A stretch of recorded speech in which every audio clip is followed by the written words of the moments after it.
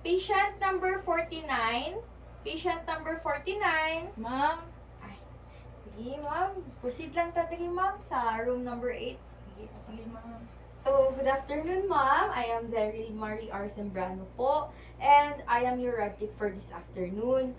Ma'am, mangutan na lang ko, ma'am. Ano po ang preference niyo sa language, ma'am? Makaintindi kayo ng Tagalog, Bisaya, or English po? Ano po, ma'am? Yes, ma'am. Unsa lang sa tulo, ma'am. Pwede man Bisaya, pwede English. Sige, Bisaya na lang, ma'am, ha? Akong gamiton, ma'am. Kanang mag-ask ko, ma'am, sa pangalan na to, ma'am? Nikki Reyes. Nikki Reyes, ma'am, no? Tama? Oo. Opo. Birthday po, ma'am? March 2, 1999. March 2, 1999. Age po? 22 years old. 22 years old. Ma'am, kano sa talas nagregla, ma'am, ang menstruation na to, ma'am? Murag last week pa man to. Last week. Okay, very good, ma'am. Tapos, kanang wala man kay anything, ma'am, no, nga na naaba kay plastic sa imo ay bakal sa imong kamot or naaba kay transplant sa imong lawas, ma'am? Wala. Ma'am, pwede ko mag tanaw sa x-ray request ni Doc, ma'am? Haka na lang, ma'am. Haka niya ba to, ma'am? Ay, kanini, ma'am. Sige, sa uncle. Nag-request si Doc di ay sa uncle. Naon sa asa di ay dapit, ma'am, ang sakit, ma'am? Basta ka ni dapit, ma'am. Diha, ma'am. Sa Ngano naon sa di ay ka, ma'am? Kanang na-slide ko, ma'am ba? Pero wak man na dayon, pero ni sakit man, ma'am. Sakit ka ayo. Sige, ma'am, sakit yun kayo na siya, ma'am. Sa left ba na, ma'am, or sa right? Sa right, ma'am. Sa right. Sige, ani, ma'am, ha, i-instruct ka, mag-ilisa ka, o patient gown, ni mo nata, ilisanan dito dapita, ma'am. Tapos, tanggalon na to ang tanan na mga alitos, kwintas, or any metallic object. Ma'am, ha, tapos, ibutang lang po ni mo ang gamit dito, ma'am. Tapos, balik ka dali, ma'am, ha, kay magsugod ta sa atong procedure, ma'am. Sige, ma'am. Sige.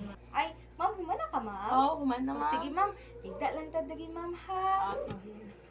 Sige, ma'am. Higda ta dali, ma'am. Ay, diri? Opo, higda lang ta dali, ma'am, ha. Sige na, ako tumot. Oy, na ako dili, ma'am. Sige, ma'am. Guys, tugnaw, manggod, ma'am, do. Palihog na nga ako, dahil. Sige. Mubulit ko, ma'am, ha. Sige. Asan ako dapit ibutang, ma'am? Pwede lang sa Comfortable man ka, ma'am, no? Sige, ma'am. Magsugod ta, ma'am, ha. Sige. Sibog lang tagdagi gamay, ma'am. Mugunit ko, ma'am, ha. I-position ako imong tiil. So, ipatong ni mo ana lang, ma'am. Relax lang ka, ma'am. Kana siya, ma'am. So, i-dorsiflex na to among tiil, ma'am, or dorsiflexion. Ma'am, butangan ti ka og shielding, ma'am. Kay para sa imuhang gonadal, ma'am, ha. Sige. Center and align the ankle joint to the central ray into the long axis or portion of the IR being exposed. Adjust the foot and the ankle for a true AP projection. Then ensure that the entire lower leg is not rotated. At the same time, the patient should be in the supine position. Then collimate on the four sides of the ankle. Then you have to palpate the malleoli and make sure that the central ray should be on the ankle joints. Then you have to include the distal or the articulation of the tibia and the fibula. Then do not forget to put the marker on the lateral side of the anatomy. Make sure that it will be included on the light field, but it will not obstruct the anatomy of interest. Sige, ma'am. Ay talihok, ma'am, ha. Mag-shoot na ko. And 3, 2, 1. Shoot!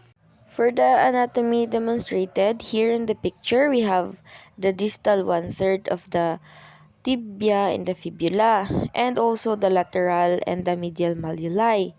The talus and the proximal half of the metatarsals are also demonstrated. We can say that there is no rotation because the medial mortis joint is open and the lateral mortis is closed. Then some superimposition of the distal fibula and by the distal tibia and talus. Then the four-sided collimation should include the distal one-third of the lower leg to the proximal half of the metatarsals. No motion also will be demonstrated when there is a clear bony margins and trabecular markings. Soft tissues, structures also must be visible.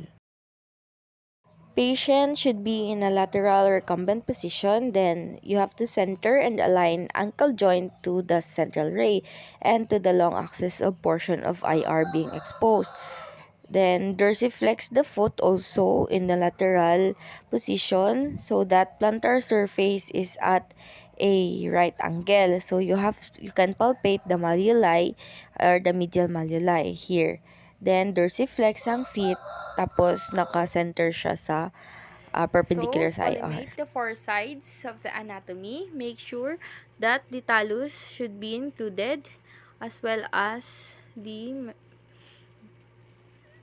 metatarsals and the articulation of the tibia and the fibula so that they will be superimposed. Then the central ray will be on the medial malleolus.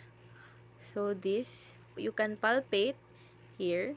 So the foot will be dorsiflex. Do not forget to put the marker on the anterior side of the anatomy and make sure that it will be included in the light field, and also it will not obstruct the anatomy of interest. So ma'am, ay lang lihok ma'am ha. Mag-shoot na ko. Hold still in 3, 2, 1. Here in the picture, the anatomy demonstrated was the distal one-third of the tibia and fibula with the distal fibula superimposed by the distal tibia, talus in the calcaneus, upper and lateral profile. Then also the tuberosity of the fifth metatarsal and the navicular, then we can see the cuboid also. No rotation was evidenced because the distal fibula is superimposing the posterior half of the tibia. Then the tibiotalar joint is also open with the uniform joint space. Sharp bony margins and trabecular patterns are also evident. Lateral malleolus seen through the distal tibia and talus. Ma'am, humana tong procedure, ma'am. Salamat kaayo, ma'am, ha. Okay lang man ka, ma'am, no? So, sige, ma'am. Salamat, ma'am, ha. Nakailis naman ka, ma'am, no? So, ma'am, balik lang ka mga after 2 to 3 hours para makuha yung mga result. Yes, ma'am. Tapos, ipakita lang nimo ka tong resibo nimo, ma'am. Yes po. Sige, ma'am. Salamat kaayo, ma'am.